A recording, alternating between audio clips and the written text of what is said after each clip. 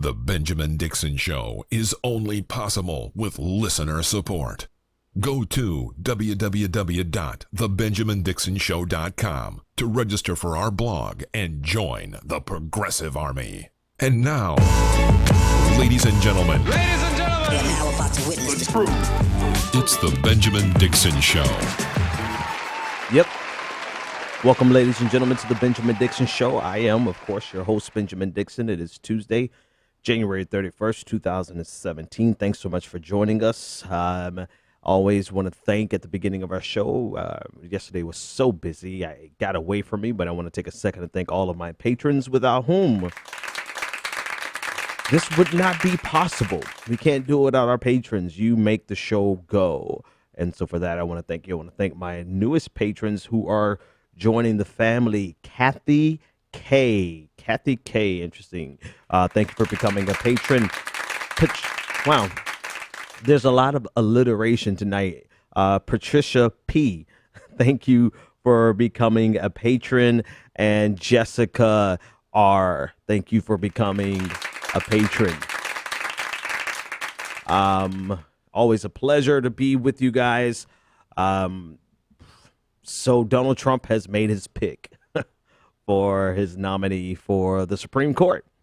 So we're going to talk about that and a whole lot more. Our phone lines are open. We'll probably take calls somewhere around 9:15, 9:30, 857-600-0518 if you want to join the conversation. Let's begin by talking about Donald Trump's pick to replace Antonin Scalia, who died over a year ago. President Obama had nominated Merrick Garland, but that was not good enough for Republicans. Republicans needed to be able to choose their own, and so here they've held out. Republicans held the line. They would not budge an inch based on their principles. And so here we are with their nomination, Neil Gorsuch. His picture is on the screen behind me. Neil Gorsuch is Donald Trump's pick to be the replacement for Antonin Scalia in the seat that was designed, or not designed, I guess design is completely the wrong word, but the seat that President Obama attempted to nominate, or he did nominate Merrick Garland for. So let's just get a little bit of background for Neil Gorsuch. He is a Colorado and a DC native. He's a graduate of Columbia University. He went to law school with President Obama, graduated in 1991 from Harvard Law School. On his legal philosophy, he is considered to be a textualist who's concerned primarily with the literal text of laws and less with their, quote, legislative history or social context of passage. To pay attention to that part, because that part is very important when we discuss him. He is the heir apparent, the intellectual heir apparent of Antonin Scalia. Not only did he go to graduate from Columbia and went to law school from Harvard, he got his doctorate degree at Oxford University. And when when Antonin Scalia died, he was quoted as saying, quote, "I was taking a breather in the middle of a ski run with little on my mind but the next mogul field when my phone rang with the news about Antonin Scalia's death. I immediately lost what breath I had left. I am not embarrassed to admit that I could not see the rest of the way down the mountain for tears. He really was a lion of the law, docile in private life, but a ferocious fighter when at work, with a roar that could echo for miles."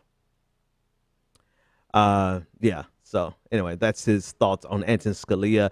A lot of people so far, just a quick survey across the webs, they see him as a great pick. Conservative Christians have already put out the word that he's a great pick. And I think this is because of where he fell on the Hobby Lobby decision. He, in 2013, was a part of the decision that essentially said that corporations, it wasn't enough that they were people, but now they are people with religious beliefs. And because corporations are able to transmutate I guess, the religious beliefs of their owner, right? We're not talking about religious organizations. We're not talking about nonprofits. We're not talking about religious hospitals. We're talking about, quote unquote, secular profit businesses. And in this case, the Hobby Lobby, the decision that was decided at the lower court level with Gorsuch, they essentially said that corporations have the ability to take on the religious identity and beliefs of their owners. And what that meant in the Hobby Lobby decision was that Hobby Lobby, because it was a religious corporation, was able to ignore the mandate for contraceptive coverage. I think I said it right the first time. That was mandated by the Affordable Care Act, also known as Obamacare. And so he is clearly anti-choice. He's anti-contraception. And he considers himself to be a textualist, which says that he's primarily concerned with the literal text of the laws. And this becomes a justification a lot of times by Supreme Court justices, as well as people who are just making the arguments, right, outside of the legal realm. People who like to make the arguments on behalf of the Constitution, saying that it's the literal word on the text, not the intention of the person who of the lawmakers, or not even to be considered in the context of the time and the changing times. They take what's written on paper. Here's the problem with that. When America is built at the time, I mean, if we take the literal text of the Constitution, black people are 3/5 human, right? At the time of the drafting of our Constitution, America was made for white Christian men. Now, it was not made to be a white Christian male nation, but it was created to the benefit of white Christian men, clearly. And this is not to say that our founding fathers were all Christian, but America served the interests of the majority of the people at the time, which were white Christian men. Now, people who are textualists and, let's just leave it there, textualists, they tend to defer back to the law and the Constitution, rather, as it was written when it was written. And of course, there are volumes upon volumes of arguments from both sides. Not much that commentators like myself can actually add to the argument, but I will just add this, that it becomes very beneficial to the people who were represented, I guess, properly at the time of the writing of the Constitution to interpret the laws in that same exact way without any consideration for changes in society. Not only is it beneficial for them, it's detrimental for people who are not that, right? So if America at the time of its founding was made to the benefit of white Christian men, textualists will leave it just there as it is without any regard for people who are not white Christian men. They don't ever have to say it. They don't ever have to argue it. They never have to even delve over into the conversation about the changing dynamics of America. They never have to give any regard to it because the default position of America is to the benefit of white Christian men. And so they're completely able to take this pompous, pious, holier than thou, originalist position, or in his case, in Gorsuch's case, a textualist position. They're able to take that and feel noble about it without any regard to the fact that their decisions are detrimental to everyone who is not a white Christian man. And they never have to even consider it because all they have to say is, oh, I'm an originalist. I'm a textualist. And I don't believe that the document is a living, breathing document. I believe that it should be taken in the context of when it was written. Well, in that case, there's a lot of people who are left out of the consideration of what America was when it was originally founded. So anyway, back to Gorsuch himself. So he was on the side of the Hobby Lobby decision. Clearly he's anti-choice. Clearly he's anti-contraception. He's pretty much anti-anything that you don't find nicely nestled into the original interpretation and writing of the Constitution. And in regard to the Hobby Lobby case, something that I want to point out that is that really kind of shows you how disingenuous this decision was. There's a section in there that reminds me of, and actually, I think, where's the first time I heard this? I want to give credit. I think this was a long time ago, so I'm gonna say Rachel Maddow. I think Rachel Maddow pointed this out some years ago, that just like the case with in 2000 with Bush versus Gore, where they ultimately decided that this was that George Bush was going to be our president. In that decision, they said that their framework, their decision-making process, their thought processes in that decision could not serve as precedent for any other case, which was like the first time I think we've ever seen that.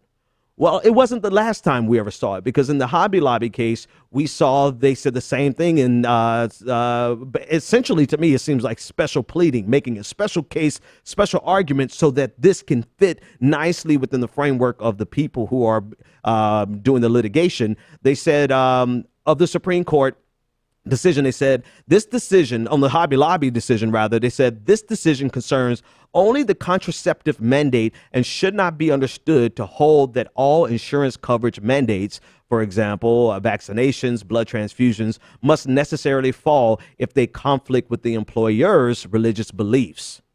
And so they, in this decision, which Neil Gorsuch had a hand in the lower courts, the Supreme Court took it one step further and said that this cannot be used as any other precedent. We're only going to limit, not precedent, but we're going to limit this to just contraception.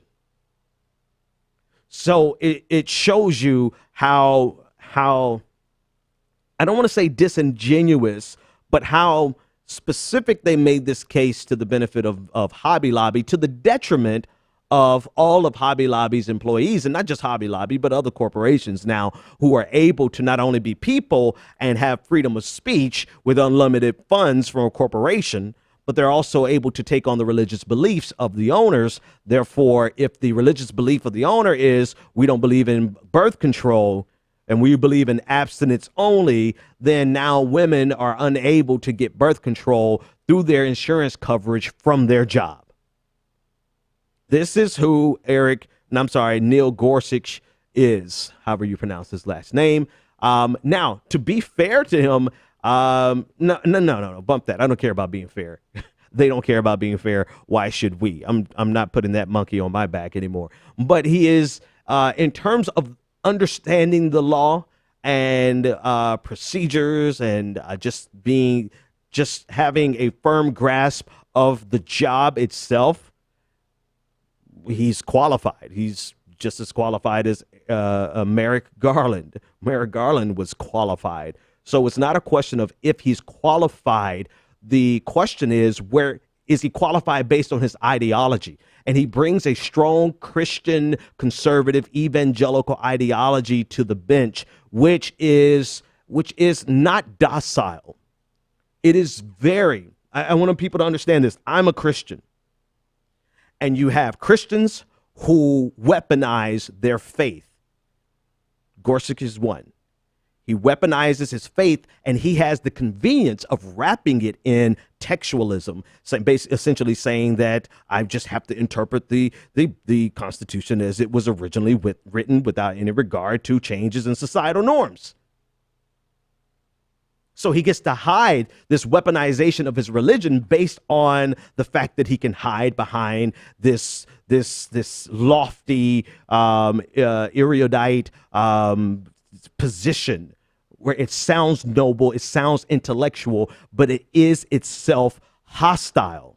It is hostile to anyone who is not white, male, or Christian. And you can see it perfectly demonstrated in the Hobby Lobby decision. The Hobby Lobby decision is an affront to women's rights. It's a affront to religious freedoms.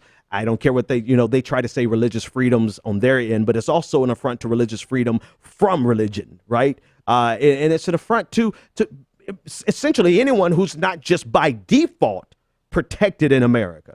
By default, white Christian men were protected in America. And I'm sorry, this is just one of those things that really ticks me off, is that you get the benefit of not having to fight anything. You can leave America as it is, and it would by default benefit Christian white men to the detriment of anyone who is not that.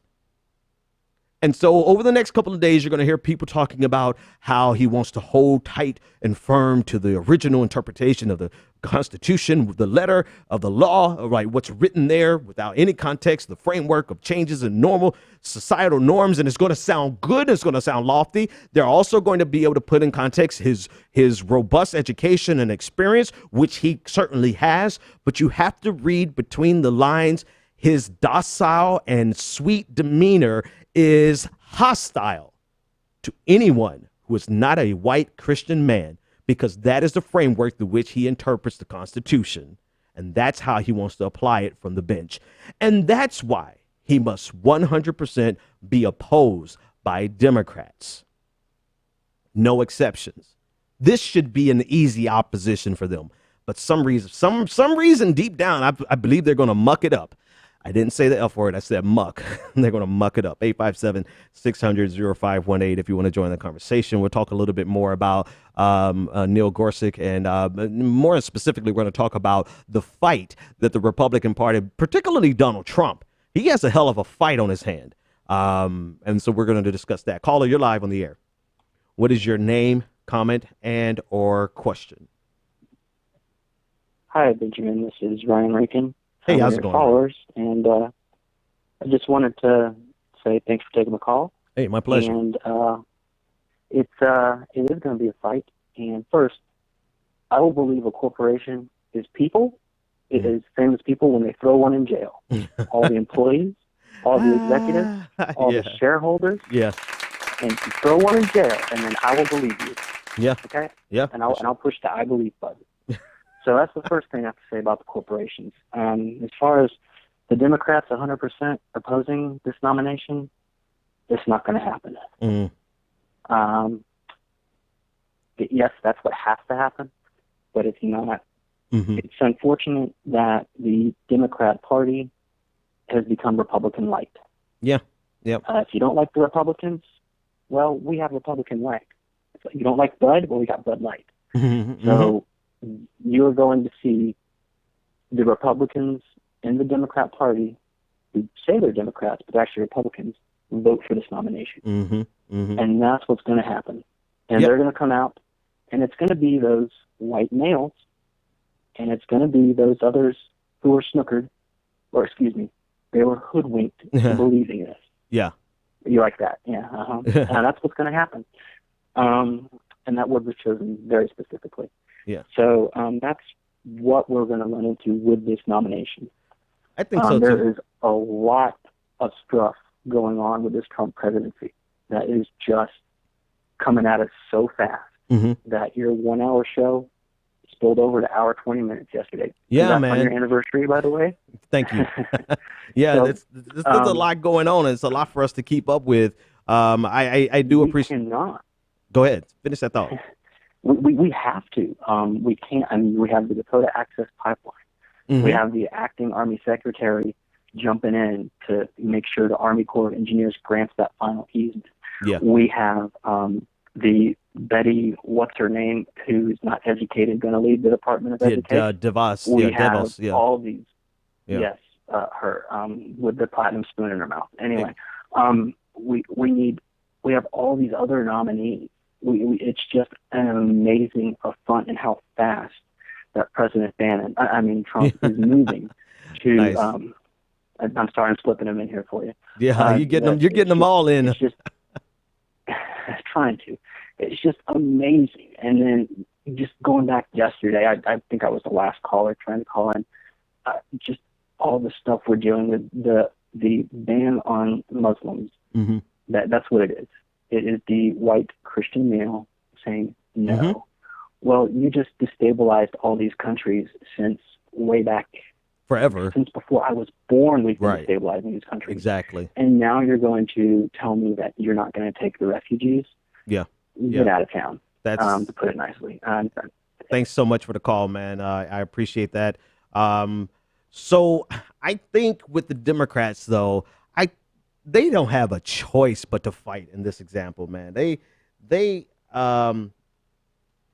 like this is, if there is a single litmus test in the Democratic Party, is, are you pro-choice?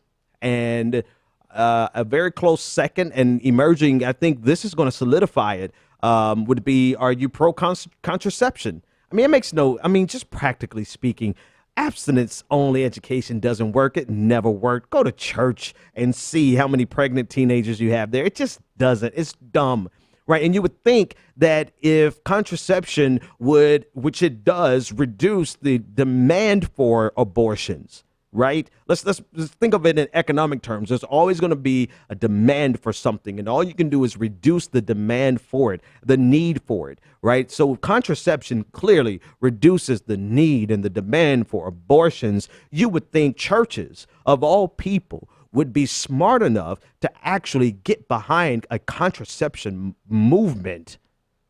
But alas, they are not, they're not the brightest bunch. Let me leave them alone. But no, I think the Democrats have no choice but to fight this tooth and nail. I mean, they stand to lose a lot. This dude is 49 years old. Gorsuch is 49 years old. He at least 30 years. They get the best doctors, the best everything, the best personal trainers. They live forever on the Supreme Court, right? So he, at a minimum, 30 years of another Antonin Scalia. And so the Democrats have no choice but to fight this tooth and nail. I've already seen statements come out from everyone, from Sherrod Brown down. You know, people are already opposing it, lining up. But it needs to be a 100% opposition to it. Thanks for the call. Let's talk about the fight that's ahead for Donald Trump's nomination. So as it stands right now, the Democrats have the ability to filibuster this. And the real question is, what is Mitch McConnell going to do? Is Mitch McConnell going to go nuclear? I mean, full nuclear with the nuclear option and just do away with the filibuster? Well, all they would need would be a simple majority, 51 votes. I don't know. It really depends on Mitch McConnell.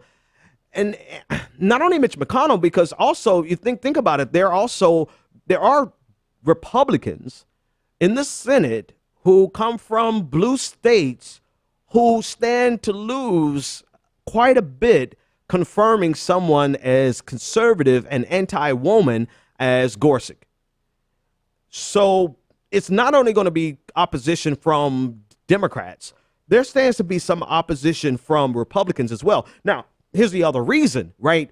Do the Republicans have enough faith and does Trump have enough favorability to actually kick his party in line? Not only kick them and put them in line, but can they ride on his coattails and win their next race?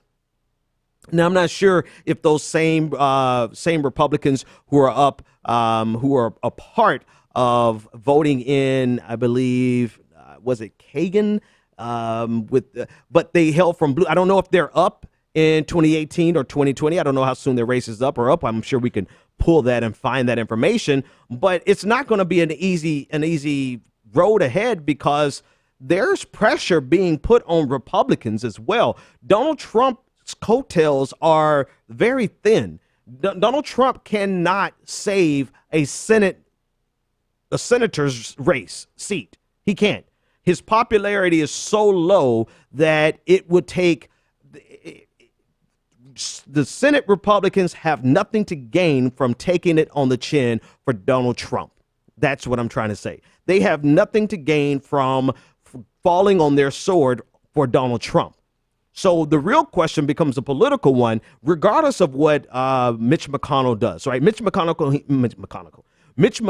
may go full nuclear and do away with the filibuster and get a simple majority to approve this seat. He could do that, and that's a very strong possibility. But this is still a high hurdle for Republicans to overcome themselves because they have a lot to lose. Now, if they were dealing with a president that had high favorability ratings, then it would be a no-brainer, done deal. They're gonna they're gonna fall on their sword for the president because they can benefit from the president in the long run. Where Donald Trump is so unpopular already. He is so unpopular that Republicans have to think about their political future outside, above, and beyond Donald Trump. And they have to realize going at this on behalf of Donald Trump could sabotage their entire career. The bottom line is all they care about is getting reelected, period. And so the reason I'm putting in this context, because even with the Senate confirmation hearings for the committee hearings for Betsy DeVos, there were several Republicans that made it clear that they heard the pressure from their community. They heard all of the phone calls. They heard how dissatisfied the nation was, or at least their state was, with Betsy DeVos, and therefore they could not fully commit to her. They got DeVos out of committee, yes, but they expressly said that they could not, that she could not yet count on their vote on the floor. Now, again, I don't really believe much anything they say, except for self-preservation. If they know that voting for Gorsuch, whatever the hell his name is, will lead to a full-on rebellion against them and they would potentially lose their seat, there's a good chance, especially those senators who are from blue states, there's a good chance that they will not give the vote, or at least he would have to fight, Donald Trump would have to fight extra hard to get the vote of his own party. I expect nothing less than a party line from Democrats, nothing less than straight line opposition. Clearly, this is the easiest. Donald Trump did a favor to the Democrats because the Democrats can actually solidify a resistance. The Democrats have no reason. This is a give me to Democrats. They can scorch the earth with this guy. They have nothing to lose. There's nothing redeemable about his voting record not his voting record, but his judicial decisions, particularly on the issues that matter most to Democrats, to progressives, to women. So I swear to God, if there's a single Democrat who even considers this, that not only considers, if there's a single Democrat that doesn't come out blasting this dude, I mean, guns blazing, politically speaking, right away, tonight, putting out statements, then they need to go. They need to go. I mean, think about it. Look at how unpopular Donald Trump is. Donald Trump, it only took him 8 days to reach negative approval ratings, like to get below 50% approval ratings. 8 days. This is how unpopular Donald Trump is, and this is how easy it was going to be for Democrats to oppose this nomination. But then, two, this is also the wiggle room for those Republicans from blue states. It took, and I think, who is this by? This is by the Telegraph or Politico. It took Ronald Reagan 727 days to get a negative, to get below 50%. It took George W. Bush 1,336 days to get below 50%. Bill Clinton, a little faster, 573 days. George W. Bush, 1,205 days. And Barack Obama, 936 days to get a majority disapproval rating from Gallup. Donald Trump, 8 days. So there is a possibility this guy could be blocked. There is a possibility. The only way, and if you put it in context, the only way he actually can get nominated or get approved, right? The nomination could go through is if Mitch McConnell does away with the filibuster, goes full nuclear, and he cajoles all of his, he uses the whip and whips all of his caucus into shape. Even if it means their own political demise. And the only thing that you can count on above anything else, the only thing you can count on is the fact that these politicians, Democrat, Republican, and Independent, all alike, all they want next is to get reelected again. All right, let's take this next caller. Caller, you're live on the air. What is your name, comment, and or question?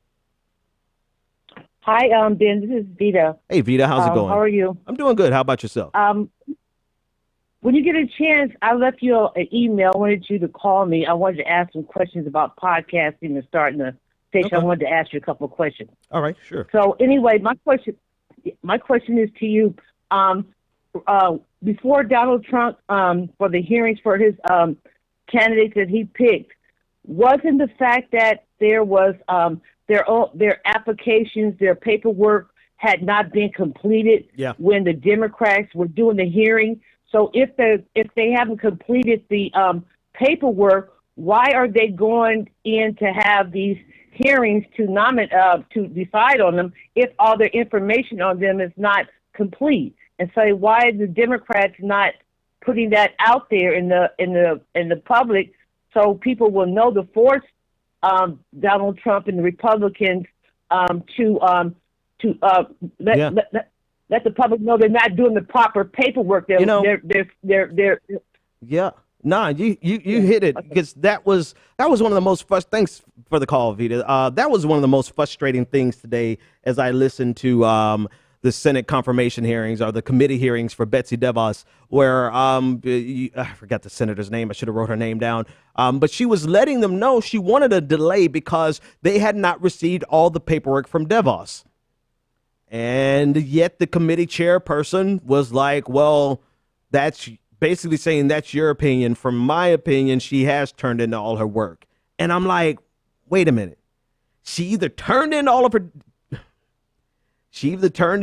her work, or she did not. She turned in all of her paperwork, or she didn't. That's not a matter of opinion, people. That is a matter of observable, measurable fact. She either did it or she didn't. And the way they left it off in the hearings today was simply like, well, we just disagree on that fact. How do you disagree on whether or not a person submitted all their paperwork or not? We are not dealing with rational, reasonable men and women in the Republican Party. They are irrational. They would see the entire system burn down for their ideological purposes, for their power plays, for their political agenda. They have no regard for the institution. And you have people like President Obama over the last 8 years, God bless him, but over the last 8 years, all he cared about was respecting the institutions in the middle of the Republicans burning stuff down. I know I'm trying my best. I'm in a bet with somebody. Every time I say some profanity, I got to pay them $5. So I'm going to win. But this is we're not dealing with rational people. We're not dealing with people who give one iota concern about respecting the institution, or about being unhypocritical, or about being even keeled and making sure that we are doing the proper thing in this case because we want you to do the proper thing. No, this is not who they are. The Republicans are 100% about propaganda and doing anything they can do to get their way, even to the point of denying a basic fact. Like the caller said, either DeVos presented all of her paperwork per the demands of the committee or the requirements of the committee, or she didn't. According to the Democrat, she did not. According to the chairperson, he said, well, we just have to disagree on that fact. How the hell do you disagree on something that you can count probably on two hands? And see, we're beyond this point, but I'm going to say it anyway. If we can't agree on basic truth and facts, then we can't have a conversation. But we're past that point. We're at the point where they are weaponizing this muddying of the waters. They're weaponizing the idea of fake news. Everything is fake news except for what they approve of. They're weaponizing their ability and their desire to burn down the institution in order to get their way. And they have no regard whatsoever for how nice Democrats are going to play. This is the most important thing. They don't care if Democrats are going to play nice now. They will scorch the earth tomorrow. They don't care if the Democrats played nice in 2006 when they first confirmed Neil Gorsuch for the lower courts. They don't care because 2006 is a lifetime ago. And I'm referring to, and I'll see if I can pull it up on your screen, I'm referring to all of the senators, and I'm referring to all of the senators who voted for Gorsuch, and this is an image that's being passed around. It's on your screen. The 109th Congress, these are the people who voted for Gorsuch. Obama, Joe Biden, John Kerry, and Hillary Clinton, all Democrats, and then Patrick Leahy, who is currently there, Dianne Feinstein, Patty Murray, Ron Wyden, Richard Durbin, Jack Reed, Chuck Schumer, Bill Nelson, Tom Carper, Debbie Stabenow, Marie Cantwell, and Bob Menendez. They all voted for Gorsuch in 2006.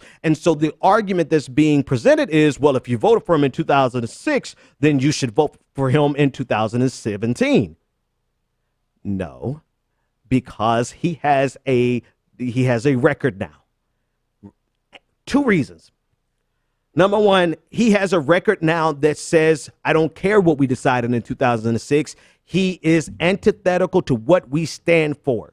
And he has demonstrated that with his decisions. So nobody, but you're going to have some Democrats, elected or otherwise, you're going to have some people who are going to use this argument and say, oh, well, if Democrats voted for him in 2006, surely we could vote for him in 2017. Hobby Lobby was decided in 2013 for Gorsuch's lower court, and then in 2014 for the Supreme Court. In those decisions alone, he invalidated his ability to serve on the Supreme Court because not only does he think corporations are people, but he thinks corporations can have religious beliefs to the detriment of actual people. So this play, this is what Republicans do. Republicans and human beings do it. I'm sure Democrats do it, but Republicans are, I can't do it. I'm going to lose. Damn it. This is what they are doing to us right now. They are taking and holding us to a standard that they are not willing to hold themselves. They will call you a hypocrite and try to make you play nice, knowing full and damn well that the very next week they are going to undermine everything that they said that you need to stand for. You need to stand for it, but they don't. And so this is what they're trying to do with this little, this is going to be one of the number one arguments you're going to see tomorrow. They're going to point out all of the people who voted for Gorsuch in 2006 and say, well, you're being hypocritical if you vote for him in 2006 and won't vote for him in 2017. 2006 was a lifetime ago, and that's when things were more reasonable and rational, right? This was a time when you can see that people actually try to work across the aisle. Immediately after the Republicans took control of the Senate and the House, they made it their number one priority to not only beat Obama, but to oppose everything that he stood for. They put a blanket hold on nominations, on judges, on cabinet positions. They put a blanket hold on all of them while they tried to keep Democrats playing nice. Now, this shouldn't even be a question or a conversation because Gorsuch has presented himself to be anti-woman, anti-contraception, anti-choice, and pro-religion to the detriment of everyone else. So it shouldn't even be a conversation, but it must be a conversation because I saw with Al Franken today as he was on C-SPAN in the Senate confirmation hearing of the committee hearings for Betsy DeVos. Al Franken went through painstaking contortions to explain that he wasn't trying to get a blanket ban on all of Donald Trump's appointees, nominations. He wasn't trying to do that. I was actually trying to do the opposite. He was explaining to someone who just got through lying on his ass. He was trying to explain to someone who intentionally distorted his words on this exact same thing. Here, Al Franken is trying to show that he's the nice guy, that he's the reasonable guy to a committee person who was completely irrational, unreasonable, and lying. This is an asymmetrical war. This is the Republicans who have no integrity. No morality in concern for the institution. No concern for being hypocritical. No regard for being disingenuous. They have no ethics. They are scorched earth opportunists. And on the other side, they're trying to hold these weak spineless. I don't know what the hell is wrong with them, but Democrats who are trying to show the world that, yes, we can be nice. We're going to be the reasonable ones. We're going to work with Donald Trump while Donald Trump screws them. Oh my God, if we don't get, I'm blowing this mic out, if we don't get some hard-nosed, roughneck, I will gut you if you gut me, I will cut you if you cut me, pull a gun, I'll pull a bigger gun. Democrats, independents, in that Senate, if we don't, it's a lost cause. And you're going to always have people like Al. I'm sure Al Franken does some things good otherwise, but he didn't even see how he got played today. Oh, no, it wasn't me. I actually was trying to make sure that everybody knew that we're not going to blanket oppose Trump. That's not what we do. Meanwhile, he's explaining it to someone who spent the entire lying on him, someone who was lying and had no regard, and a group of people who put a blanket hold on everything President Obama did. You cannot be rational with irrational people. You cannot hold to virtue with people who have no regard with virtue. You cannot go into a conflict with people who are willing to scorch the earth and you're trying to abide by rules of combat, rules of engagement. Yes, Ben, but we want to be we want to be the better people. We don't want to become the monsters. Then you are not qualified for the fight that we have on hand right now. If you are too afraid of taking down a monster because you're afraid you might become a monster, then you're not qualified. I don't even have a comparison here, right? I don't know what to say here. I don't need somebody who is so kind fighting someone who is so vicious. I don't need somebody who's going to pull their punches just so that they can be considered the nice guy against someone who's going to hit you below the belt every opportunity they get. I need somebody who will go tit for tat, toe to toe, round for round, pound for pound. You hit me, I hit you back. You gut me, I gut you back. You undermine me, I cut you at the knees. You destroy, you scorch the earth, I scorch the planet. This is what we're dealing with. And I'm afraid. I am mighty afraid that we have Democrats who are more concerned with the appearance and the respect for the institution, Obama. Meanwhile, Republicans are burning it down. I feel like, this is the most frustrating thing out of all of it. And they've been playing you. They ain't been playing me. I peeped game a long time ago. Like this is some asymmetrical relationship bull. Right. This is some stuff like you hold your girl. Yeah, your girl can't go out, but you go out partying every night and you get mad at her because she go out. Right. This is elementary. Like, did nobody try to play the game when they were younger and peep game back then? Like for real. You try to you stepping out on your woman, but you lose your cool when she step out on you. It doesn't work like that. All right, let me back off of that before I start throwing computers and shit. Oh, Lord, I'm probably at $50 already. Caller, you're live on the air. What is your name, comment, and or question? It's me, Scotty, and you're at $15 right now. Okay, somebody's keeping it. What's up, man? Yeah, last night while I was talking about the immigration thing, you said you didn't know whether or not I was headed to the Haiti. The topic of Haiti. Yeah, and actually I wasn't, but that's a good example. What I was actually saying was I'm seeing some black folks, like certain commentators saying, well, this isn't our fight or whatever, and immigrants haven't been the best allies to us, and this, that, and the third, and, where were they when we were getting killed in the streets and they're taking our jobs away. And I'm like, you know what?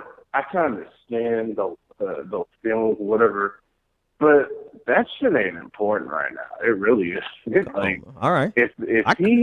Scotty, I must have cut you off way too soon last night. Go ahead and finish that thought. Go for it. Yeah, if he's coming for the immigrant thing, who the hell do you think he's coming for? We always say that if America has a cold and Black America has a virus of some sort, yeah, he's coming for you too. Yeah, man. Like, that doesn't necessarily mean that. And I understand that there's just some people just frustrated because they feel like everybody co-opts Black American struggle and whatever, and that's understandable. At this point, though, it's not about that. At this point, you just gotta let it go and to realize, like, this is about what Trump is doing is just man, out of the ordinary. So yeah, and I actually wanted to say there's a lot of talk about the whole do for self stuff. Did you see the Omarosa on The View? yeah, I saw that mess, man. I saw it. Yeah, and she said that nobody gave me anything. And it's like, and somebody said, well, this just shows that the Democrats have failed to show what government does. I don't know if they necessarily failed in the fact that they didn't really care to actually fight for that. Right. Like Bill Clinton's the same guy who said that the era of big government is over. Yep. So they didn't. Yeah. So I just wanted to say that, and Appreciate it, man. yeah, that's pretty much all.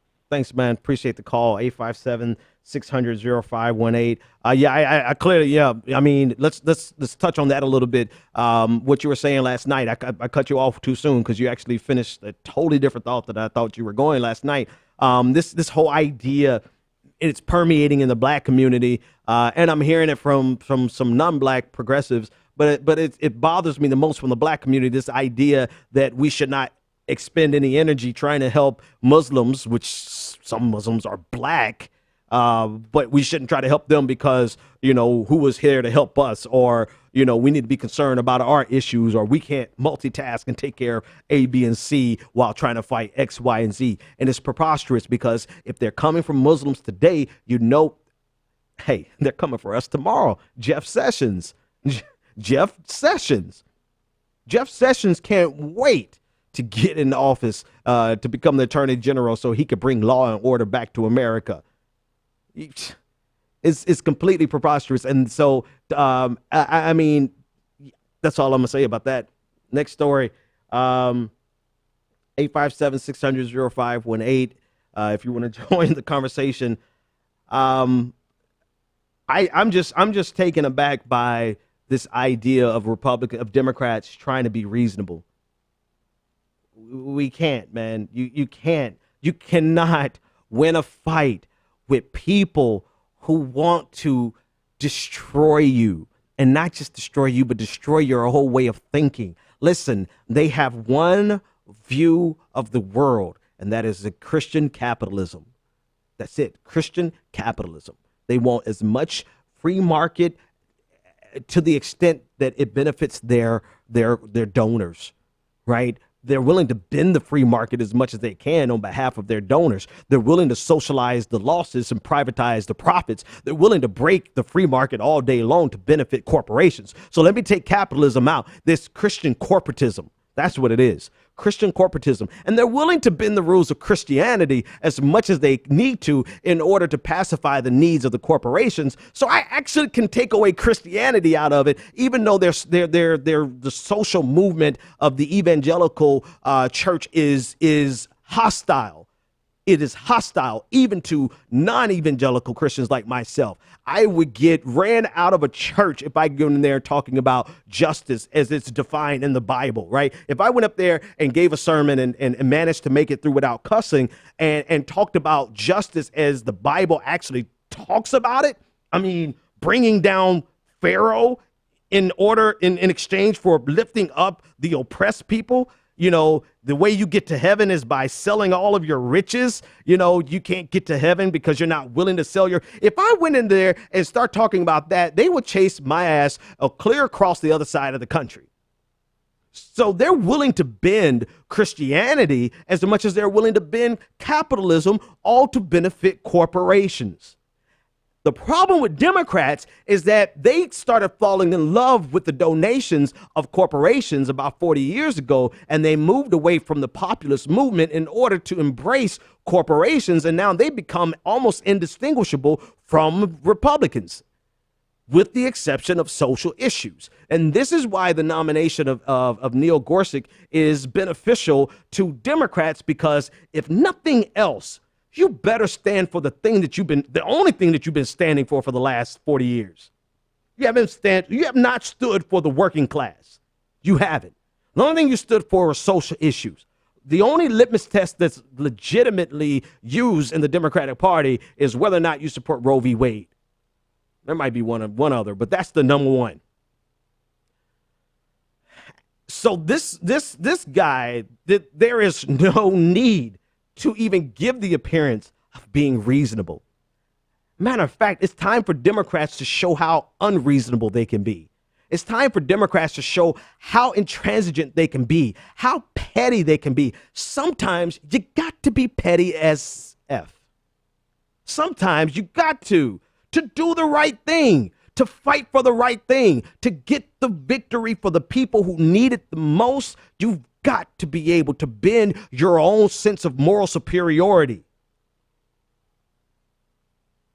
Telling you, man, don't come to me talking about, well, Ben, we want to be the good guys.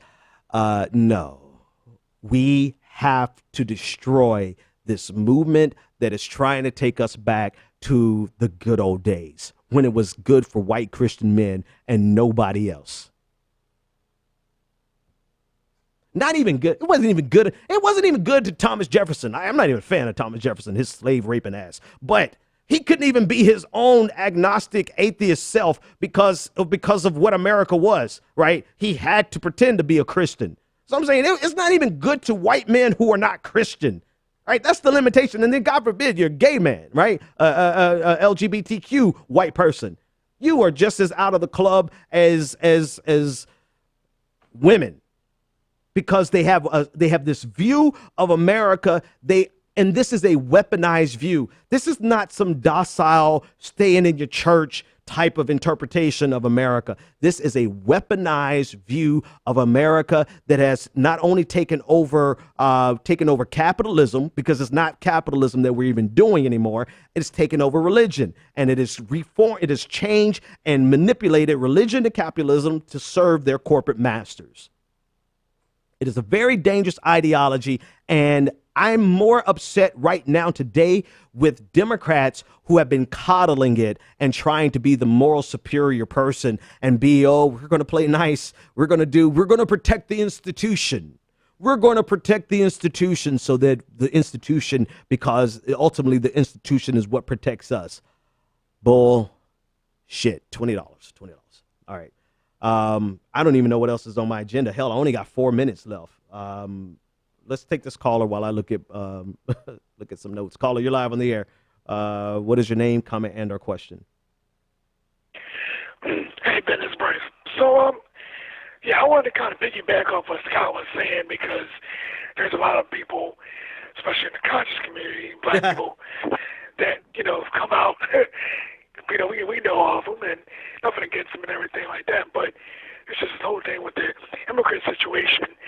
It's just like, come on, like we need everybody in this fight, and we need to help out everybody that, I guess I understand history and certain factors, but it's not about letting stuff go, but it's like, we don't got time for this. We gotta, get over certain stuff, at least for right now. Yeah, man. Get this taken care of, and then, I guess we can get back to certain things. But I did want to make this real important point, though. That, of course, Steve Bannon, he wants to team up with Russia so they can have this holy war with Islam and with, people that basically are not Christian, or basically the right-wing version, the fundamentalists of Christians, which you talked about, the Ted Cruz's, who you said that you were more concerned about than Trump because of what Cruz could do. And that's basically, what they've done. They basically took the word, twisted it to their own type of mind state, and that's what they want to do. That's why they were pissed when Obama did the Iran deal and all these other things, because they want to do it a certain kind of way. Yeah.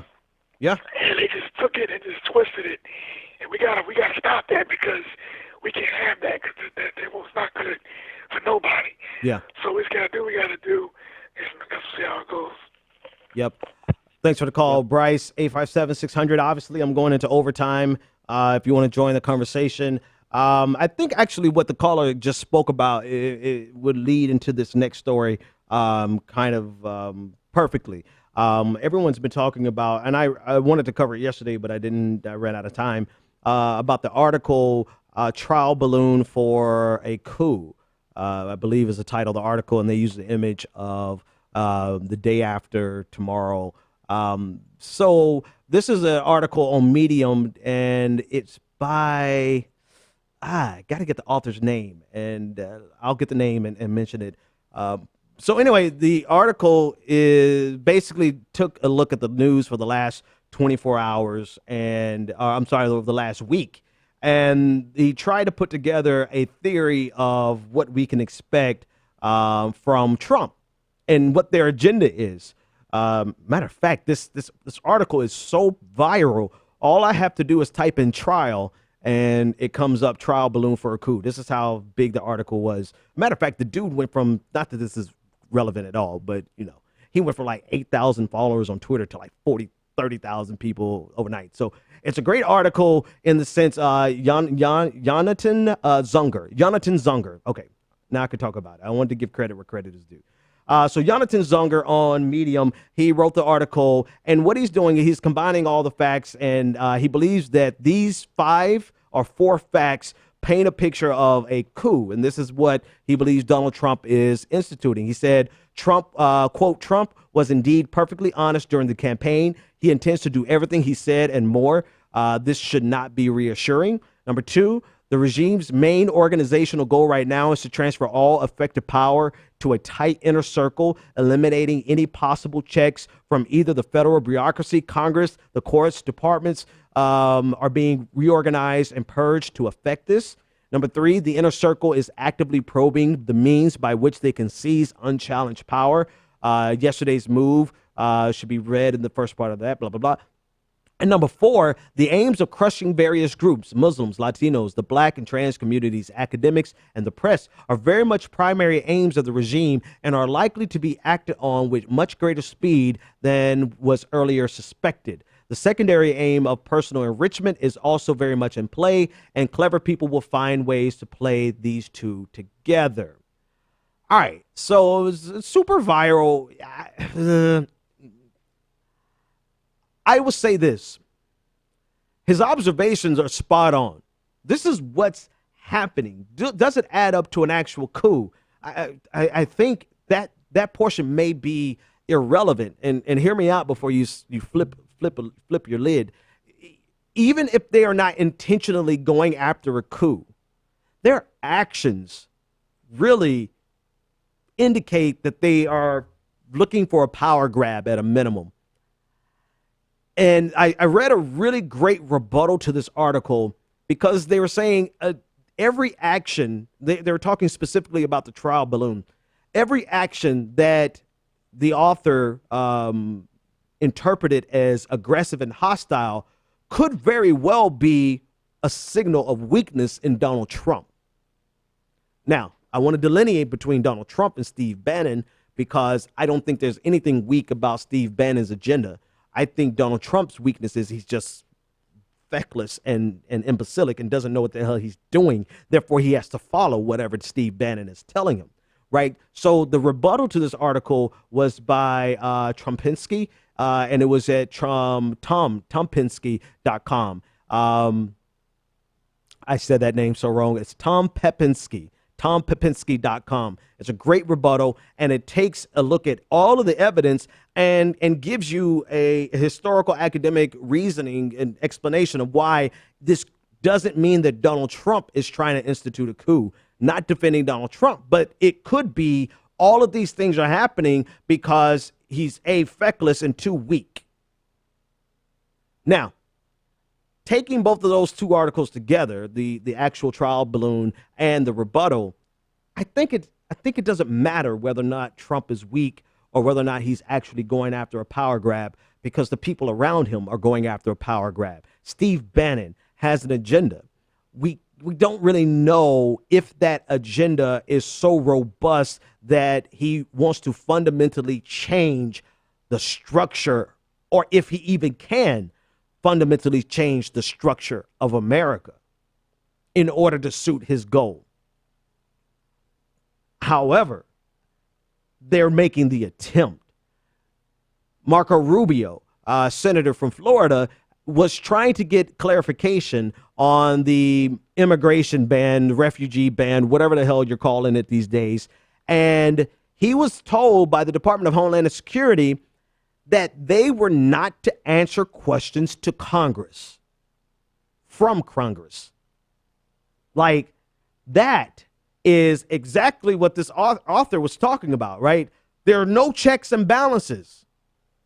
The federal court judge issues a stay, and the Department of Homeland Security has gone headlong and said, we're going to carry out Trump's wishes anyway.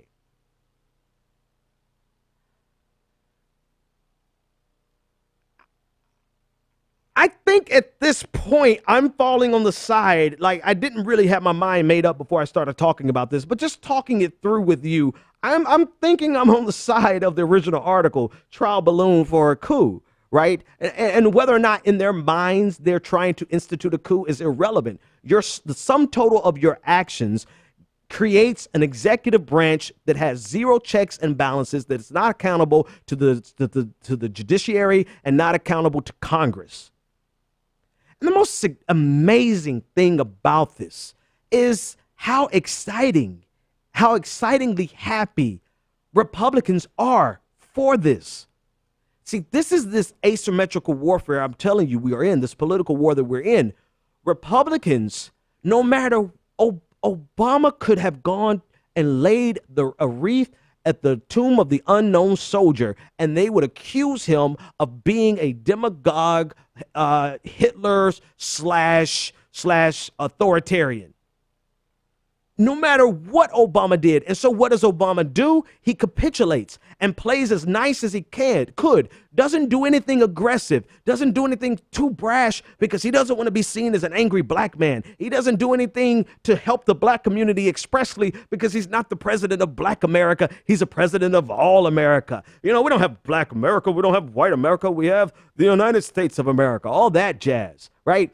Meanwhile, no matter what docile, timid, spineless move he makes, like going and pushing for the Affordable Care Act, which is a Republican, that's his signature achievement, and it's a Republican legislation, he was opposed by the Republicans as though he was Hitler himself. And now they turn around and support this man, this administration, because it's more than Donald Trump, this administration that has ignored a federal judge, several federal judges, who has ignored requests for clarification from Congress, who has completely dismissed the checks and balances built into our Constitution, and Republicans are celebrating it.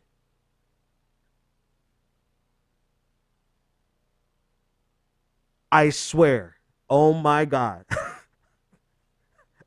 When we have primaries again, the next Democratic quote unquote star, if they don't have a backbone of steel, if they don't have the gall of Samuel L. Jackson in every movie he plays, what's the name of the movie where it says, say it again, motherfucker, say it one more time. If they don't have the backbone and the gall and the roughness to gut these people, I mean, gut them and leave them bleeding on the ground, politically speaking, like Negan did the boy on the mid-season finale. If they don't have the courage to go in politically with guns blazing and just take no prisoners, they don't deserve to be in the conversation. I'm sorry. Even Bernie Sanders is too timid for this fight that we're in right now. I just read on Twitter while we were talking, I read his statement talking about Gorsuch has to explain his position. No, Bernie, Gorsuch don't have to explain shit. Just oppose him. Oppose him 100%. No questions, no prisoners. He's got to be opposed. Where are the fighters at?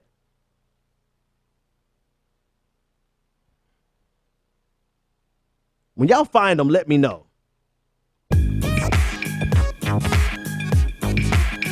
The Benjamin Dixon Show is only possible with listener support.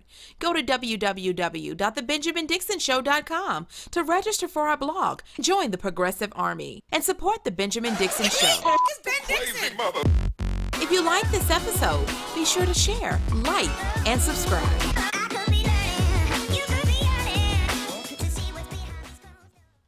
Consider becoming a Patreon. Go to www.patreon.com/The BPD Show and support The Benjamin Dixon Show.